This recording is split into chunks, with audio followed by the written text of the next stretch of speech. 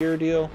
I think it gets him happy in there for this year. Right. You know what I mean? I will admit I have not yet seen the actual contract. Sometimes you really do. So well, no, this one. I'm with Nick. But I don't know that it guarantees he's on the team next year. But Trent Williams has been all-time great at two things in his football career: playing left tackle and being compensated properly for playing left tackle. And good for him. Like, he 100% deserves it. And he wasn't going to go into this year without getting a contract adjustment. And I think the Niners have been planning for this to be Trent Williams' last year for maybe 3 years. But he just keeps being awesome. And so he wants to get paid accordingly. Good for him. And, you know, in their minds, man, they are going for it because they got, you know, I'm sure they expect to be healthy. Last year they weren't healthy and still had a very good year. So I'm sure they are thinking, this is it. This is what we're doing this year. Loser. Yeah. I mean, when it comes to the 49ers, I think about Trent Williams, Lane Johnson, these guys who are getting older. And you get this feeling like, isn't this whole thing going to be over in an instant? Right? You keep waiting. You keep waiting for that moment when it becomes obvious that they just don't have it anymore. Or when it's just clearly time to move on. Or there's this sense that they're older, they still have the ability, but there's a fragility to it. Right? Like you can just run to the bathroom really fast or grab a drink, and you come back and you're like, oh, who's down now? And you're like, oh, it's Lane Johnson, oh, it's Trent Williams. And you see him limping off to the sideline, and you're like, is he out for one play, or is he out for the next 5 months? Right? Like, where are we at right now? And it's impossible to know. You know, I'll watch the games with friends and family, and they're always like, oh, that doesn't look good. I always say, we have no idea. I tell them there should be no reaction right now because I have no clue whether he's just out for a couple of plays or done for the season. And with Trent, a player like Trent Williams in this moment right now, at this age, playing this position, on this team specifically, the 49ers, you're right at the top of that uncertainty. And that is the most frustrating thing about the 49ers as a whole, unfortunately for them. There are a lot of players and a lot of different positions you're just kind of hoping for the best. Right? Like Bruce says, oh, they expect to be healthy. And it's like, yeah, I hope they're healthy. But I mean, Christian McCaffrey, Brock Purdy, Kittle, just name every single player. Name every single player. They can all go down at any given moment. And it is frustrating. It becomes really hard to have confidence. Now, when I say confidence, I mean confidence in predictions, not confidence in the franchise or the team or the players as a whole. I just mean in terms of like, I think the 49ers could be great next year. If there were never any concerns about age and injury and all that, I'd continue to say, well, you know, the 49ers are going to be awesome next year. Oh well, you know, the 49ers. Every time I go through the list of teams when I'm talking about maybe a new team entering the conversation of who's been great in the past, and every time I reference the past, I always say, well, it's been the Eagles, the Bills, the Ravens, the Chiefs, the 49ers. Right? We know every single year they're going to be a great team. They're going to be a great team. But the thing that always holds the 49ers back is like, well, are they healthy this year? Are they fully healthy? Is Christian McCaffrey playing? Is Brock Purdy playing? Are they healthy? Are they healthy? Are they healthy? And it's frustrating. Because it creates a similar effect, although for completely different reasons and completely different degrees of confidence.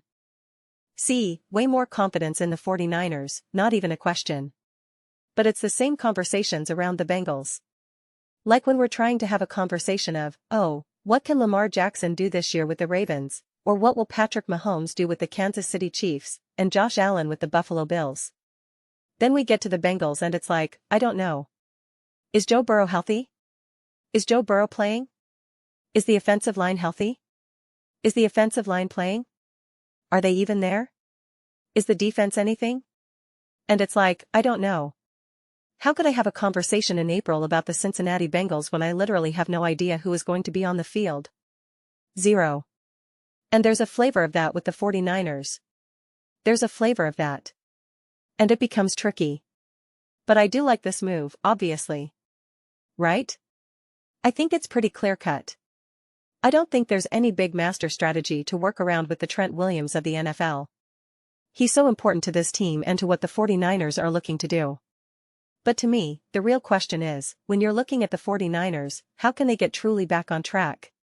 Because remember, this was a team that you looked at and said, they're a Super Bowl contender. And not only are they a Super Bowl contender, but they should win the Super Bowl. Like, you gave the 49ers a should. They should win the Super Bowl. Right? I reject the notion from 2023. Now listen, you got beaten by the Chiefs. What are you going to do? Sometimes I can say, yeah, what are you going to do? You've got Mahomes, you've got Josh Allen, you've got Lamar. You know, it's like, yeah, what are you going to do? I reject that. Right? In 2022, they got injured, they fell apart. I do think the Eagles were a better team in 2022.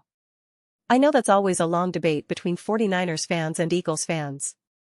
But regardless, Brock Purdy goes down and you just think, alright, doesn't happen. Right? Obviously 2019, etc. And so it's like, the 49ers, this isn't about them just getting back on track or being a great team. No, it's about being an elite team. It's about being a bona fide Super Bowl contender. The way we're having conversations about the Los Angeles Rams right now with Matthew Stafford and Puka Nacua and Devontae Adams and Sean McVay. You know, Matthew Stafford is the MVP, and if he wins another Super Bowl, he'll be top 10 all time, and Sean McVay is the best coach in the NFL, and this and that and the third. That's what you're trying to achieve with the 49ers. And even in your own division, you had two teams leapfrog you to win a Super Bowl. You had the Los Angeles Rams. And you had obviously the Seattle Seahawks. And so I very much look at it in the NFL through that lens. Some of the leapfrogging can kind of transcend a little bit when you're talking about the Bills and the Ravens and the Chiefs. For the longest time, those four teams with the Bengals, they were kind of like their own division rather than just their actual divisee. But I very much look at it where it's just like, you know, the Eagles went to the Super Bowl and won. And I'm looking at the Cowboys and I'm like, how are you doing this? And then the Commanders get to the NFC Championship game, and I'm like, the Commanders leapfrogged you, Dallas Cowboys. How did they leapfrog you? They were a disaster of a franchise, and they leapfrogged you. They got to the NFC Championship game. You haven't been in an NFC Championship game in 30 years. The Eagles have been to the Super Bowl twice in the last 3 years, and you haven't been in 30 years. Right? And then I kind of work from there. So when I look at a team like the 49ers, you kind of think, well, the Seahawks won the Super Bowl and they won. The Rams won the Super Bowl and they won. And it's just like, how do you get back on track? And realistically speaking, yeah, you beat the Eagles in the playoffs, but the Eagles obviously had major issues. And that was a super impressive win by the 49ers, and the 49ers deserve all the credit, not knocking them there. But it's like, you know, it was the Eagles who essentially everybody was just waiting for them to collapse. So, and then when you play the Seahawks, you got destroyed. And again, injuries, all of that. You know, I'm not holding Brock Purdy's feet to the fire or Kyle Shanahan's feet to the fire. Right? I'm not playing that game here. I'm not saying you just got to find a way. That's not me. That's not my style. But the real case. Tie-in still remains, though. How do the 49ers reclaim their throne? Why were the Rams able to get over the hump? And the Seahawks over the hump?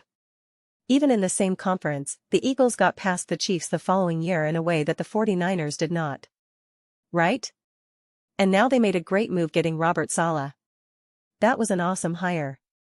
And then Robert Saleh left, obviously. And so it's just, and again, I still also like the hire with what they're doing in coaching hires as well. I pretty much always love the moves that the 49ers make. They're an incredibly well-run team. Incredibly efficient, high-level, high-quality, well-coached. But to me, it's just like, what are they doing? Not only how do we get back on top, but how do we truly, truly get on top? And it's just interesting to me when you kind of really take a step back and you go, The 49ers have been awesome since 2019, 2018, whatever the exact year is. Multiple quarterbacks. A lot of overlap, but different iterations of this team, different coordinators on defense and such. But like, multiple Super Bowls, NFC Championship games, right? Really competitive, really great, really scary at times, right? Really suffocating. You know, in 2023, having two players that were considered for MVP, Christian McCaffrey, Brock Purdy, right? Just Kittle, Debo, just monsters, beasts, Trent Williams. Shanahan is insanely respected. Just feeling it. But did not get over the hump. Did not win the Super Bowl. Seehaw.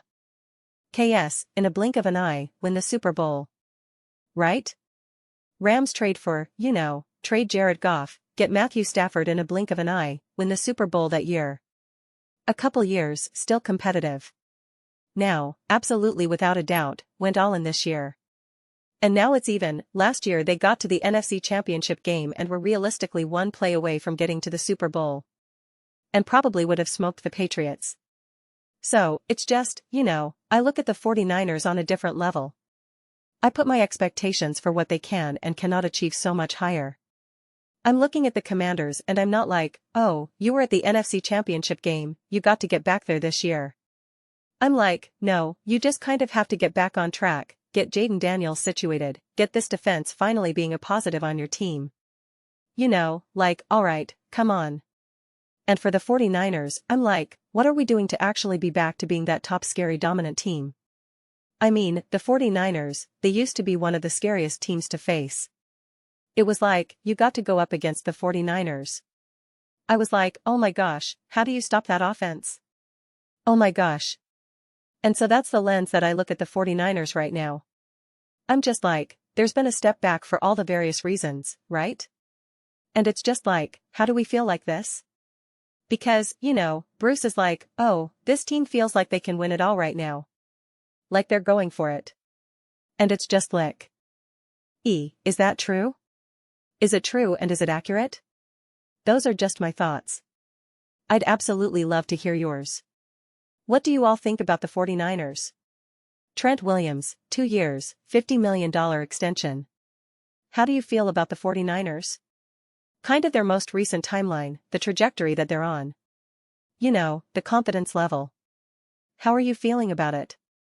I know very much, because I make obviously a lot of Seahawks videos and 49ers videos and Rams videos, and it's just like, I definitely feel all fans still very much feeling like it's our division. The Seahawks feel it, the 49ers feel it, the Rams feel it. So I know there's a lot of confidence, but I'm curious. Let me know your thoughts in the comments below. I'll read every single comment. So whether you agree with me or disagree with me, either way, let's get into some discussions. Get into some debates. But ultimately, let's just have some fun. Please do consider subscribing. We're building an amazing community here. I'd absolutely love to see you be part of it. I want to build something that we all genuinely feel connected to. Something that we're really excited to be part of. I think we're well on our way to doing that. Please don't forget to give this video a thumbs up. It really does help with visibility and the algorithm. Thank you so much. See you next time.